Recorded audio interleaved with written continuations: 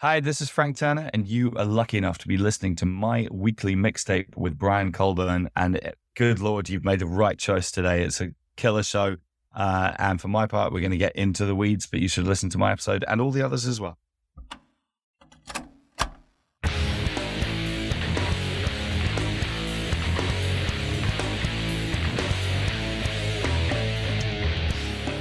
Welcome to My Weekly Mixtape, a podcast that takes the classic mixtape approach to building a modern playlist. I'm your host, Brian Colburn. One of the things I'm excited to do each week on My Weekly Mixtape is speak with some of the incredible artists whose music has been featured on countless mixtapes and playlists of mine.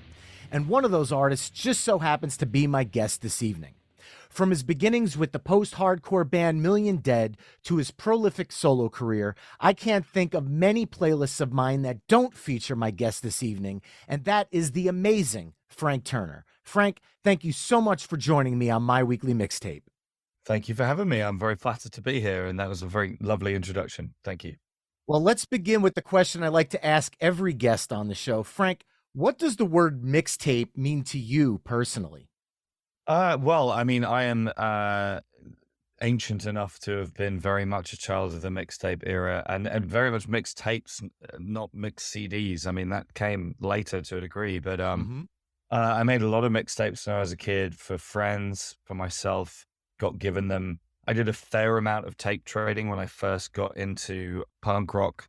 When I was about 15, I went to my first hardcore show, and a guy called Lil, who runs a label called Household Name, sent me a mixtape after the show because I didn't really know what hardcore was, and I just went and had my mind blown by Agnostic Front, funnily enough. And Lil sent me a mixtape of UK hardcore bands, and that was a very pivotal moment for me. I made mixtapes for people I fancied when I was a kid. I don't know if you are familiar with the song. There's a band called As Friends Rust that had a song called The First Song on the Tape That You Make Her, which is a song about making a mixtape for somebody and putting a really obvious kind of romantic gesture song as the first song on it. Which was, I remember hearing that song, and this is now getting very meta, but just being kind of like, yeah, rumbles kind of thing. It was very on the nose. So yeah, they mean a lot to me. They're a big part of my musical upbringing. Actually, fun enough, I remember years ago, 10 years ago, having a conversation with Rich Costi, with a producer who I made Tape Deck Heart with, which obviously is at least in part a reference to mixtapes. And we both agreed that a classic record should be no longer than 45 minutes so that it fits on one side of a C90 cassette. All right. Yeah. Well, since this show is centered around the art of curating mixtapes, I've spent the last week putting together a Songs of Frank Turner mixtape to tie into our discussion this evening. So These are songs that I feel both resonate with me personally as a fan, as well as songs that I feel are important in telling the story of your music to someone who may not have heard it before. So the first song that I've chosen is Recovery from the album you just mentioned, 2013's Tape Deck Heart. yeah. When I introduce anyone to your music, this is my immediate go-to song. Did you, as the writer, have any idea 10 years ago when you released Tape Deck Heart, just how much this song would resonate with your fans? No is the short answer to your question. And if I had even had an inkling of that, I probably would have done my best to put that out of my mind. I over the years have learned that I think it's really important to just let a song be what it's going to be while you're writing and recording it. And if you spend too much time sort of thinking or even like aiming for some sort of like grander design, then it tends to become sort of like noticeably ersatz quite quickly in my experience. It's like, it starts getting tacky somehow. So, I mean, the recovery is a funny one for me. Like, having said what I just said, I remember kind of like finishing I Still Believe, for example, which was before Recovery was my most sort of popular song, should we say. And I kind of like, the first few times I played live, it was like, oh yeah, this one's going to last and do well. This will do. Recovery wasn't really like that. It felt like a very honest piece of writing. I was pleased with it when I wrote it. The arrangement for it came together pretty naturally with the Sleeping Souls. But almost I don't have vast memories of writing it because it just sort of came together pretty well and pretty easily. And I was pleased with it, you know what I mean? But it was a pleasant surprise when it sort of became, and it remains probably my best known song. And it very briefly got to number one on the AAA Rit slot on American radio, which back in 2013, 10 years ago, which was crazy thing at the time. I always remember when the single and then later the album first came out, for the first stretch of that period of time, I was on tour in America, really doing the grunt work, but it had also been successful on radio in the UK. And I sort of like knew this in a hypothetical way. You know what I mean? And then we flew back from the States and went straight into a UK tour. And I remember we were playing Manchester Academy, which is about 2,500 people, which is solid number of people to play to. Yeah. And like, it was like, oh, well, it's the new single and it's probably not bedded in. We got to play it, but I'm not going to like make it like the last song of the night or whatever.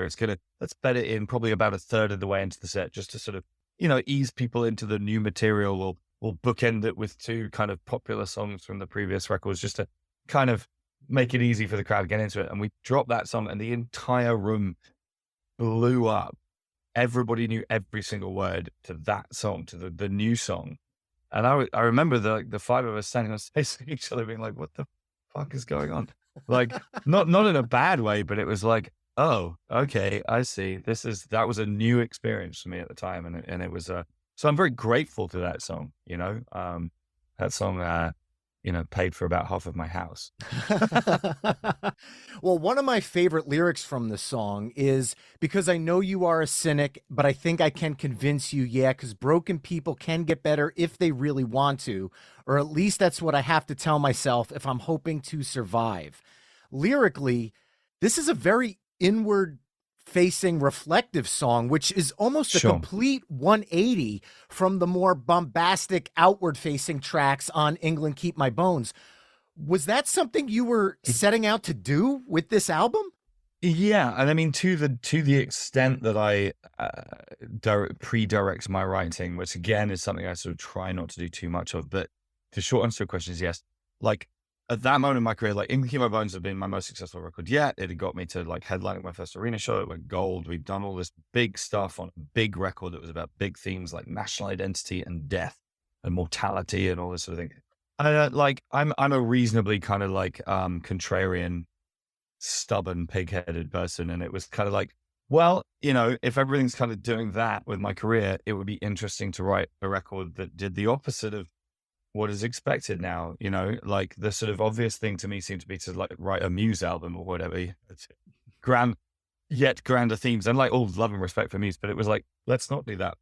It was helped, of course, by the fact that I was going through a particularly unpleasant breakup at the time that was entirely of my own making and my own fault. And the kind of one of the themes of that album, Take Back Heart, was I thought it would be interesting to write a breakup record from the point of view of the perpetrator rather than the victim. I mean, it helped that that's what was happening at the time. But, it was like I was making a mess of my life, and it was kind of a series of unforced errors. And I had many thoughts about that, So, yeah. But the idea of kind of making something small and inward facing at that moment in my career was kind of an interesting one to me. The other thing, incidentally, that you quoting that made me think of was like, I'm really proud of, technically speaking, of the way that the song is so tightly structured lyrically. Like there's not a syllable out of place. And like, I do remember label people and producers sort of suggesting maybe that it could have one or two fewer syllables in. And I remember being in the studio and being like, no, I have written this song and it goes like this, and every single one is in the right place. And like, there's bits of the song which on first listen might sound rhythmically loose, and let me tell you, they really aren't. It's a very, very precise piece of writing from a rhythmic structural point of view. Awesome. Well, moving on, the next song I'd like to bring up is The Next Storm from 2015's Positive Songs for Negative People. To me, this track truly defines the album's title. Was that your intent? And what's the story behind this song lyrically? The story behind, there's a good story behind the lyrics of this song. And the first thing to say is that like the first draft of this song, very, very quiet vocals and guitar only, like almost like Elliott Smithy type kind of vibe, really, really like recorded into a hotel answer phone at 3 a.m. sort of just a tinny little acoustic guitar and a whispered voice. And my bass player, Tarrant, was like, this is a good song and we should try playing it with the full band. And I was like, no. And then I was like, okay, maybe we'll give it a try. And then pretty much the first run through, I just sort of showed everyone the chords and was like, let's play it like Thin Lizzy was what I said. And then we ran it through and it was like bang. And it was pretty much as it is now. But lyrically, I had this image in my head when I was writing the words to this song. Some songs I write come quickly, some come slowly. This one came slowly. I remember kind of dragging this song out of myself line by line. But I had this image in my mind of the Wizard of Oz. And I was absolutely convinced there was a scene at the end of The Wizard of Oz when Dorothy wakes up in Kansas and then tidies up with her family after the tornado. And that was kind of what was on my mind. And I wrote the song and recorded the song and recorded a video for it and released it as a single and started doing press for it. And, which is a long process. And mentioned this, and pretty much the first interview I said this to is like, that scene totally isn't in that film. And I was like, what? And I hadn't thought at any point to check. And there is no scene like that in that film. I've completely fabricated it. Somebody later pointed out that a film I'm reasonably sure I hadn't seen, which I think is called Wiz, which starred Michael Jackson, which is sort of a sequel to Wizard of Oz, does have that scene in it kind of at the beginning. And I don't know, I'm pretty sure I haven't seen that film. And I'm slightly kind of not going to touch the Michael Jackson thing with a barge pole these days. But it was a strange thing. I've sort of fabricated this idea in my head. I mean, it's still, it's not like integral to the song that scene exists. And so maybe it's more of a piece of fiction than I'd imagined it to be. But yeah, it is that idea. I mean, I do remember sometimes album titles come at the beginning of writing a process, sometimes right at the end, sometimes halfway through. In this instance, I had the album title before I had any songs. It was a thing I said to a friend of mine over dinner one night. I was like, that's what I'm trying to do with my life, is write positive songs for negative people. And then I went, holy shit, write that down. But I mean, I'm not sure so much that it was necessarily a case of like, once again, calculatedly writing towards that idea. It was more just that there was a good description of where my head was at. And a lot of that record and this song was about kind of dealing with the kind of aftermath. I mean, Tape Deck Heart was a big record. We toured, we did an insane tour schedule on it. We sold a lot of records. We had big radio hits and stuff. And, my personal life kind of fell apart during the writing of it. And I was kind of like going crazy and having fun, but also kind of like running myself ragged. And it was like, oh, let's try and kind of like reassemble something approaching a private life, I guess, was sort of the vibe. Well, something you mentioned at the beginning of your answer there, I do want to touch on, because you talked about just playing a guitar and just being you and a guitar. And something you've done on a lot of the deluxe editions of your albums is release solo acoustic versions or acoustical arrangements of the songs. Because you play in both a full band as well as solo acoustic shows, is that kind of the mindset for including these alternate renditions? Yeah, I mean, that's part of it, like it's good. I could, generally speaking, try and have an acoustic version of any song that I've done. There's one or two in the repertoire that doesn't quite work for. Non-Serviam being an obvious choice, but like, it's practical to have that. I also then do, generally speaking, subscribe to the idea that it's good. It's a good song if it has a spine to it that you can strip everything else away and just have one person play it. I think that's a sign of a solid piece of writing. That's not to belittle arrangement as a concept and as a art form, but nevertheless, it's good to have that. But also, I mean, I don't know, just as a fan, I like it, like Billy Bragg quite often has acoustic versions of his records. I know some people sort of prefer that version of me, and I'm like to make people happy. So you're certainly doing that. And this next song is actually one that has helped me during a tough time, so I'd like to bring it up now. And that is from 2022's FTHC. I'm going to go with Haven't Been Doing So Well. As someone who's dealt with anxiety since childhood, this song really hit the nail on the head for me. And when you take lyrics like, and I keep it all in with my idiot grin, and I'm doing my best, but there's very little left, so cut me some slack if I crawl back into my shell. I haven't been doing so well. And you layer them with this uplifting musical backdrop. Like you said, positive songs for negative people. To me, this song feels like an empowering, hey man, you're not alone with this. And that's powerful to me. Was that what you were going for with this track?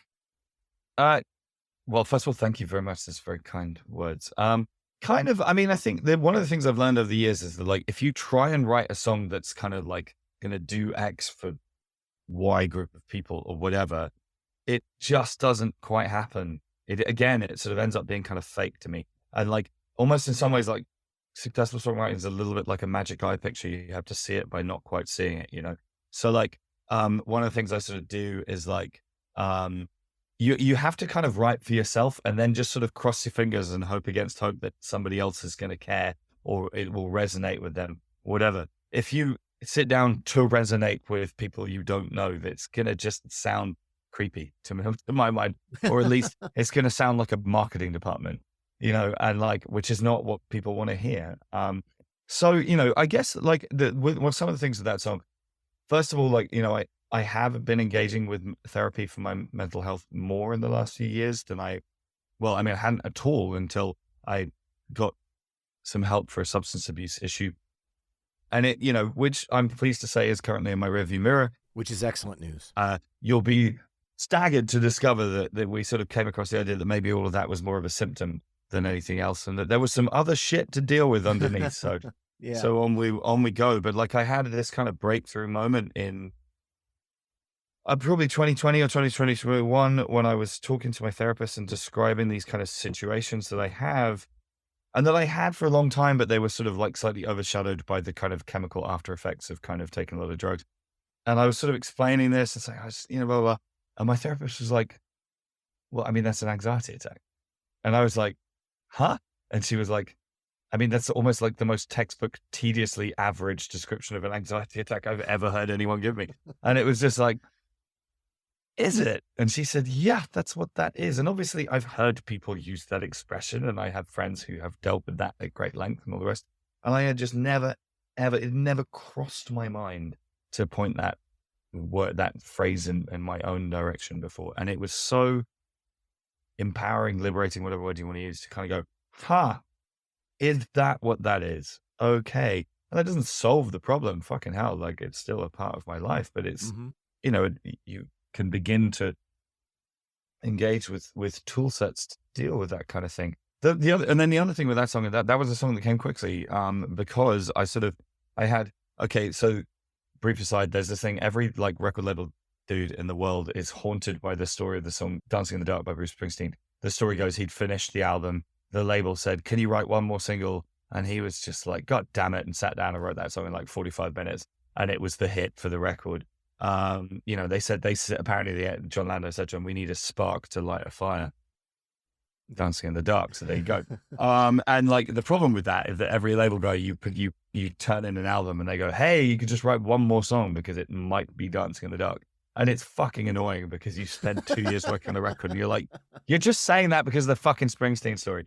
Anyway, I had pretty much had that with the record. They were like, I could do with like another song to just sort of, and I was like, I fucking knew you were going to say that, you assholes. So I sat down and kind of, I had some bits and bobs lying around, but I also had this line in my notebook that had been around for ages. And this is often how songwriting works for me. I keep a notepad, I keep notes on my phone, whatever. I remember being on the Underground in London once years ago and just sort of like feeling really kind of run down and worn out because of, I think I'd like done a bunch of shows, but also had been sort of music industry socializing, which is quite often quite powder fueled, should we say, and all the rest. And just feeling like I couldn't really hack it and just saying to myself, like, I wonder, you know, I've got the sneaking suspicion that I might not be cut out to be the kind of person that I'm expected to be. Physically, mentally, however you want to put it. And I remember just going, there's something there, and writing that down. So now fast forward to 2021 or whenever it was, and the label going, write another song. And I was like, fuck you guys. And so you flick through the notepad and that one jumped out. And then it kind of basically sat down and wrote that song kind of angrily, but you know, often good songwriting is just, it's nakedly honest. And it's just kind of like, this is how I'm feeling. And that's where that song kind of came from. And it kind of worked. Which is so annoying because it means that the guys on the record label were right. And it's just like, bastards. I'm sorry to give them the plus one on that because I absolutely love the track. Well, you know what? So do I. So, you know, I'm going to take my oil on it, but still, God damn it. Well, following that one up is a song that follows kind of lyrically in the same vibe, but is a completely on the other end of the spectrum. And that is Don't Worry, the opening track from 2018's Be More Kind. This song peels back the heft and dials in almost an acoustic Americana vibe, for lack of a better word, and really shows the breadth of the music in your catalog. For Thank you. your albums, does the track by track sequencing and album dynamics come into play while you're writing and recording? Or do you look at that final batch of songs and then arrange them to tell the album's overall story? I would prefer it if the answer was option B, but there's a little bit of option A in there. You know, like, for example, I'm working on a new record right now and I've got a pile of songs going on, but there is this one song and I'm like, that is so the first track on the next record. Like, and the thing is, I'm not going to like commit to that like irrevocably because you just don't until the whole thing's finished. And there is a wonderful moment in the sequencing of a record, which is a little bit like making a mixtape.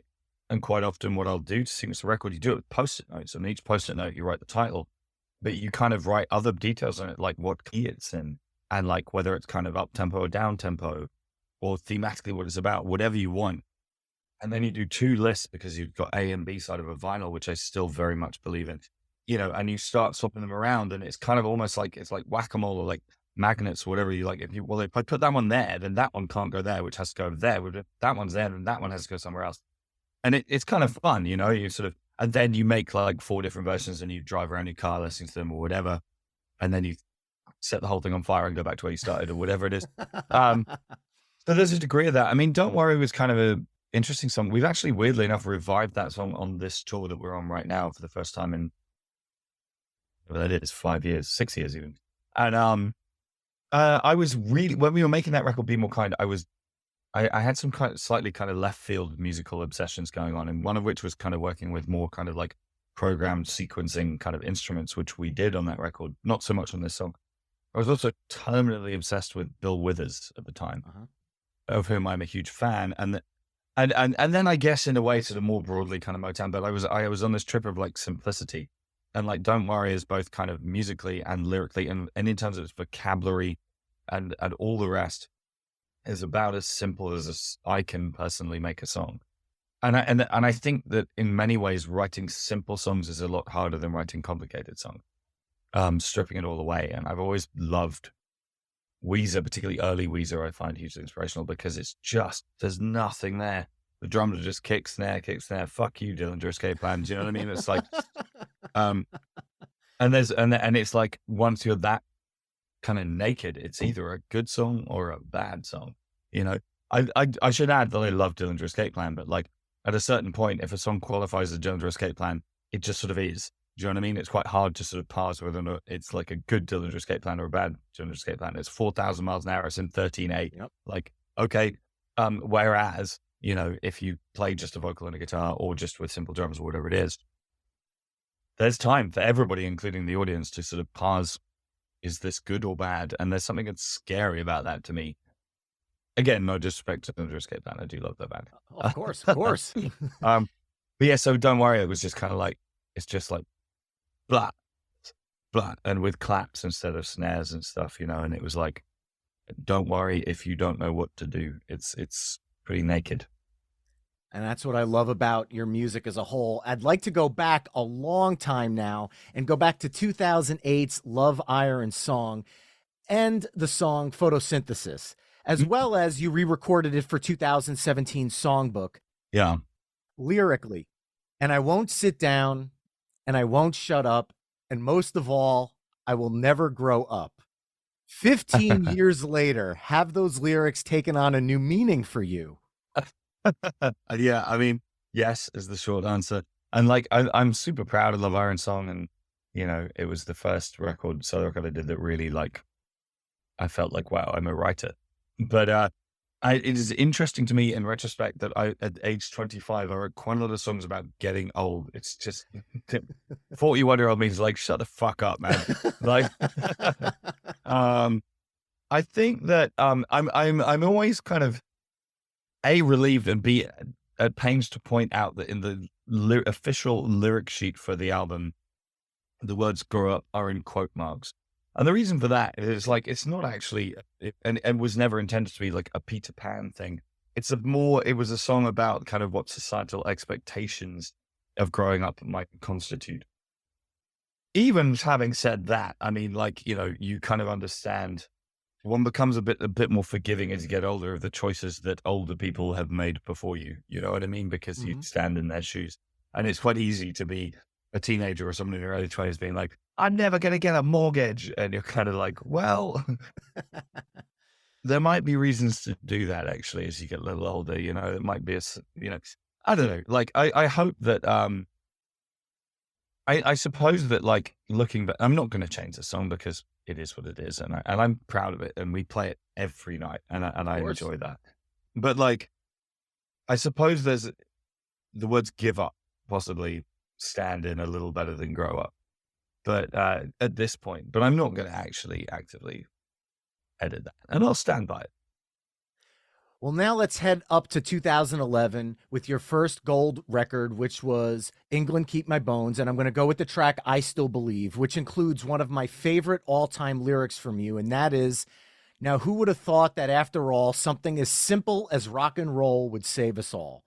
Those are words that I live by as a person because rock and roll and music as a whole can be so powerful and so positive, and it can bring together people who normally don't see eye to eye on anything. And here they are singing the same lyrics together and they're on the same plane. Without getting too punny here with my question, with the ever changing landscape of rock and roll, do you still believe? Yeah, I do. I mean, first of all, I would say that there have been people over the years who've not, and I'm not saying they're not saying this about you at all, but like who sort of like the British music press in particular are quite keen on kind of irony and sarcasm, and they've sort of taken that lyric to be a little more po-faced than it's intended. There is a degree of Hmm. playfulness to that lyric and playing with the kind of the sort of mashing up the imagery of like rock and roll and kind of religion.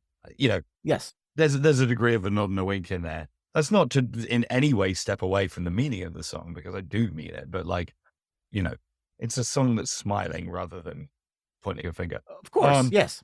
but I wrote the song, and this is going to answer your question. I wrote that song kind of during a very, very strange tour I did in 2010 when I did an underground, arguably illegal tour of China. When I Wow. say illegal, I didn't have a visa. I didn't have a musician's visa. And it's partly because of my passport. My name is Francis. And when it's transliterated in Chinese characters, there's sort of enough of a difference there that hopefully no one was going to notice that the posters say Frank Turner. And indeed, the shows were in like squats and bunkers and like all these kind of super weird places. And none of them were really officially sanctioned. And as much as it has liberated in recent years, China is still an authoritarian communist country. So, but I sort of got to know these two guys who are over there who book DIY squat tours of China, and they were like, "Do you want to do it?" I was like, "Sure." So, I played a show in Hong Kong and then walked, which was still an independent territory at the time, and then walked over the border with a guitar case, and then got picked up in a car and did this tour, and it was crazy. But the thing about, and some of the shows were like dry as fuck. Like people had no idea what was going on. There was a huge language barrier, and it was just like, "Hello." But some of them were amazing, and I particularly the last few shows, Wuhan, Beijing and Shanghai, or Shanghai and Beijing, Wuhan, Shanghai, Beijing. Those shows were kind of like pretty unforgettable, let's say, because, you know, they were all in these kind of bombed, I think, I'm not sure if all three of them were, but certainly two of them were in former nuclear bunkers that had been taken over by punks and were covered in graffiti. And like these other kind of local bands played before, and the shows were jammed and like people were going crazy. And like what I distinctly remember was watching people from a very different culture who had a very different experience of culture broadly growing up. And like this idea that, you know, I grew up in a culture in which rock and roll's on TV adverts, do you know what I mean? And it's on the stereo in grocery stores, and it's kind of humdrum. It's day to day. It's not especially in and of itself a remarkable thing, which wasn't always true, you know, and like it's difficult to imagine yourself back to 1956 or whatever and rock around the clock, or alternatively, the 70s and New York and punk rock, or whichever version of that, or hip hop, or whichever place you want to put yourself in. But there was something kind of like telescoped and concentrated about watching these kids. And like they were playing these bands who, like, if they were from London, they would have been boring bands, but they had literally only just last week figured out that if you played this chord, followed by this chord, followed by this chord, and then hammer the crap out of your guitar and get the drummer to play everything way too fast and then yell over the top of it, that it feels like you're on drugs and you're on a rocket ship taking off and crashing into a mountain, and that people are going to want to sleep with you. And it's just fantastic. And it was just like this utterly pure experience of what rock and roll is supposed to be. And it made me feel chastened to a degree, because it was just like, they were so cool, and they were so pure in their appreciation for the art form, that it made me feel kind of like a jaded old dickhead. Do you know what I mean? Like that guy in the Dead Kennedys patch jacket at the back of the show complaining that it's not as good as it was in the 80s or whatever. And it's just like, whatever, man. And it kind of rekindled something in me. And I remember kind of coming home and thinking, I have to pay that tribute in some way. I have to capture that in some way. And hence the song I Still Believe. And, in telling that story, there's probably some of the vocabulary from the song is in there, but yeah. And I do think, like there's something particularly like in this sort of increasingly digitized, blah, blah, blah, we're talking to each other on Zoom world. And also like after the lockdowns, when we all got very digital and all the rest of it. And like, there was something noticeable in its absence in that period of time. I did a lot of live streams, probably more than most. Probably more than was required, but and they were all well and good, but they very quickly pointed out what was missing, which is that there's nothing in my experience that beats a room full of people getting off on music that's being created there and then, Amen. and I think that remains true, and particularly as it gets harder and harder to navigate how on earth you're supposed to be an artist, how you're supposed to navigate promotion and marketing and press and reviews and blah, blah, blah, blah, blah. Like, you know what you can do? I'm talking to younger bands all the time. It's like, you know what you can do? You can pick up a guitar and you can go and play a show. And there's something old fashioned but pure about it. And I like that. Amen. Well, for the last of my 7 songs, I'd like to dip back into 2013's Tape Deck Heart, because we are in its 10-year anniversary, Sure. with the amazing track, 4 Simple Words. Did you have any idea you were writing your future set closing track and the reaction you would get every single time you play it? I mean, again, kind of, I'd love to pretend I didn't, but kind of. That was a song that was born of a conversation with Brent, who's the bass player from Social Distortion. And we were on tour with Social D. We toured with them in Europe and the States twice, actually. And the beautiful people, Mike Ness, wonderful guy, did great things for my career. But I remember, and Brent's a great dude, bass player, fantastic bass player. And I remember we were talking about, in fact, we'll go deep into this. The conversation started talking about the fact that nobody writes talking blues songs anymore. You know what I mean by talking blues? Like Bob Dylan has a few, and Pillox and people like that. And then we had this idea that we were going to write a talking blues, which was going to be a talking blues about the fact that nobody writes talking blues anymore. And it was going to be called the Talking Blues, Talking Blues. I haven't got around to that yet. It's still on the to-do list. But then we were talking about vaudeville, which is in the UK, the version of vaudeville we had was known as music hall, and it's this century plus long tradition of music, which is mostly forgotten now because it predates recording. But and it's slightly more sort of theatrical and fun in a way that I really love. And there are a handful of songs in the UK that people know, and most people don't know their musical songs. My Old Band's a Dustman, Any Old Iron, the Hippopotamus song, and they're kind of fun songs. And it was like, what if there was a punk rock vaudeville song? And in the same way that the Talking Blues, Talking Blues was kind of meta, a song about itself. Mm-hmm. I was like, what if there was a vaudeville song about listening to a song at a punk rock? And so the intro to that song sort of came together in my head as this like, because we're also 21st, and it's got this slightly kind of like cabaret chord changes, you know? Yeah. And I kind of got to the end, I want to dance, and I sort of had this almost like Rocky Horror kind of picture in my head. And then I sort of got to the end of that intro and was like, well, that would be a cool way to start a show. And then you play something else. And it was like, well, no, I mean, maybe, because I wrote the song Eulogy on Ink Over Bones, which is a very short introductory song. And I think initially it might have been another one of them. And it was like, maybe I don't need 2 of those in my repertoire. And also, there's some more to this idea. Let's see where this goes. And, let's make it a punk rock song. And I remember talking the band through like the chord changes and the arrangements and stuff. And sometimes when we work on a song, I have the chord changes and the lyrics and the melody and the arrangements kind of all to play for. It's like, let's experiment and see where this goes. Let's try a few different things. in the case of Pause on Words, it was like, this is how this song goes. Like, it's like everybody play power chords and do all downstrokes and just go, through the middle of it. It's just and I remember we played it for the first time in its finished form at a show in Graz in Austria in probably 2012. And we, again, sort of played it in the middle of a set, but in this instance, like nobody could possibly have heard it anyway, so form. I remember kind of saying to everyone, right, this is a punk rock song, and it's a song about being at a show and having a good time. So have a good time, you know, or dancing or whatever. And like, yeah, people went nuts. And it was like, oh, okay, well, that worked.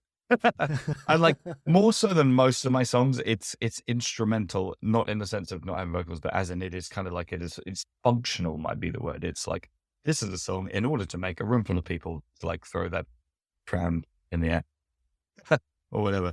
And it works 9 times out of 10. So, yeah, but it's a fun song. I mean, like, it's moved around the set a few times, but essentially it's either the opening or the closer. It just doesn't really fit anywhere else. Well, here we are. My Songs of Frank Turner mixtape is sitting at 7 tracks, but they've all been chosen by me. And why would I waste this amazing opportunity to have the man himself put his stamp on this mixtape? So, Frank, outside of the songs we've discussed tonight so far, if you had to choose 3 songs that you've recorded over the course of your career that you feel best tell the story of your musical legacy, what 3 songs would you choose and why? Well, what I'm going to do, I'm going to preface this by saying that I'm fantastically the wrong person to ask this question, because the answer is either all of them or like give me like 2 years to think about this. Point 1.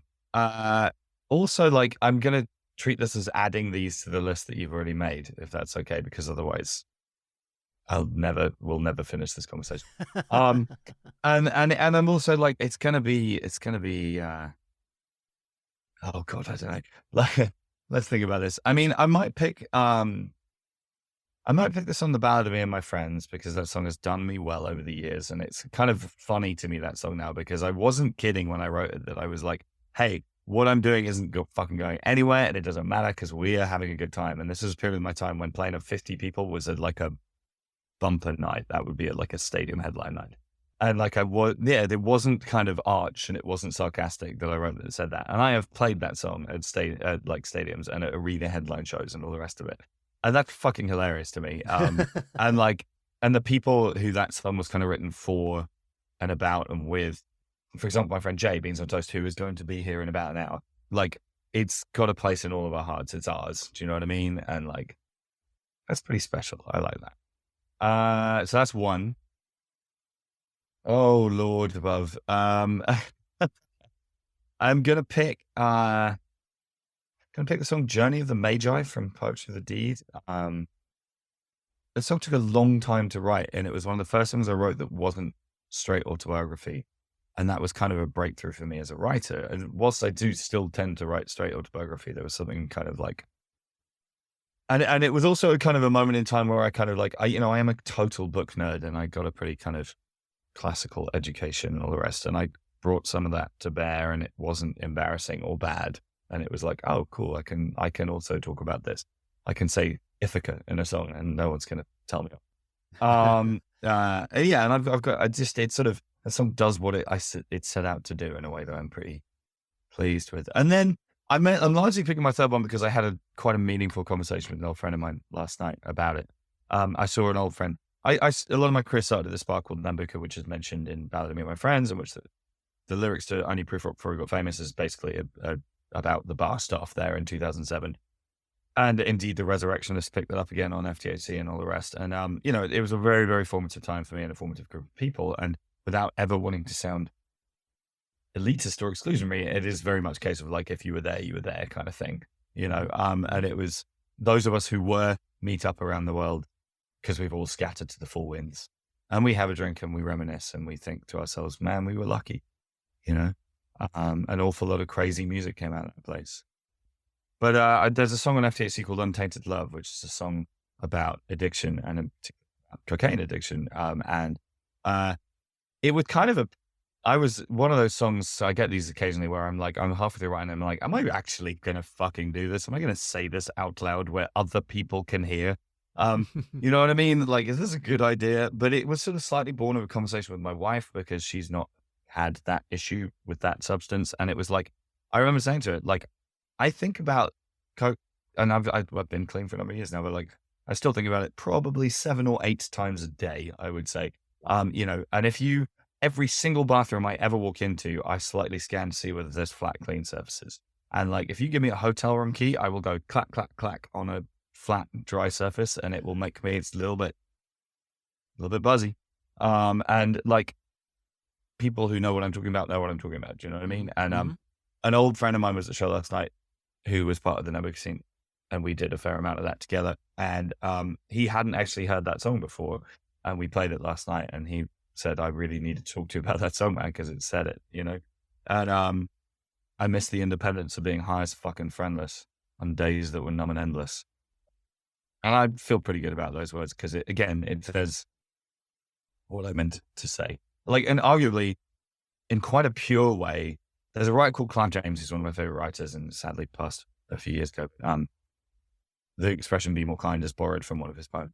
And he writes at length about writing. He was a great essayist as well as a poet and cultural critic. And he writes about how writing is the lifelong attempt to do something which sounds simple, which is to say exactly what you mean. And it's actually the hardest thing to do in the whole world.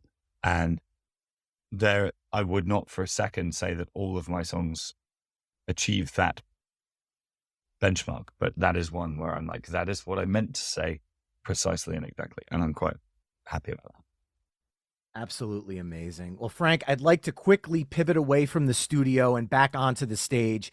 This summer, you'll be hitting the road across the U.S. with one of my absolute favorite ska punk acts, The Interrupters. Can you talk about what fans can expect on this trek, and if you have any surprises up your sleeves for the tour? I mean, to some degree, I'm going to be finding out at the same time as everybody else. I mean, I love The Interrupters. They're great. I sort of passingly know a couple of them, but some of them I don't. They suggested the tour, and I was really, really flattered by that. I was like, little old me kind of thing. Like, but I mean, seriously, it was like, wow, really cool, awesome, amazing. And they've been wonderful to work with, planning the tour. And I think it's been lovely how people are excited about that tour, and so am I, good Lord. And we're hitting some cool spots, and we're going to play some cool shows.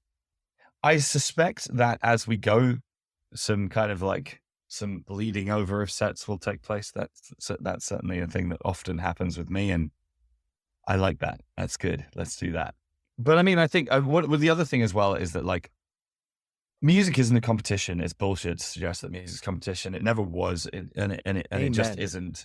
There's space enough for everybody. Like, I wish every band to do well.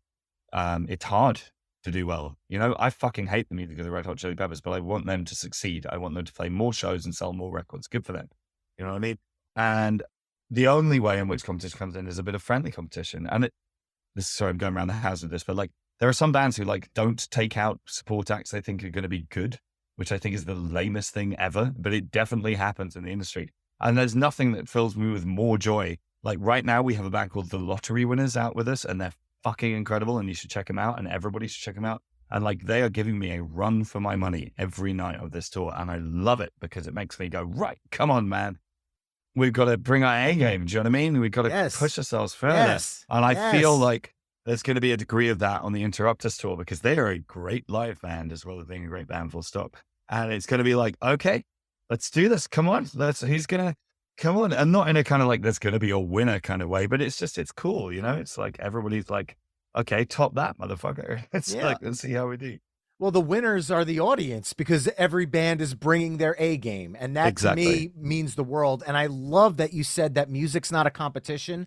I preach to the other indie podcasters, and when I'm on social media, that podcasting is not a competition. We're all here because of our love and our support for whatever we're podcasting about. And that for me is music.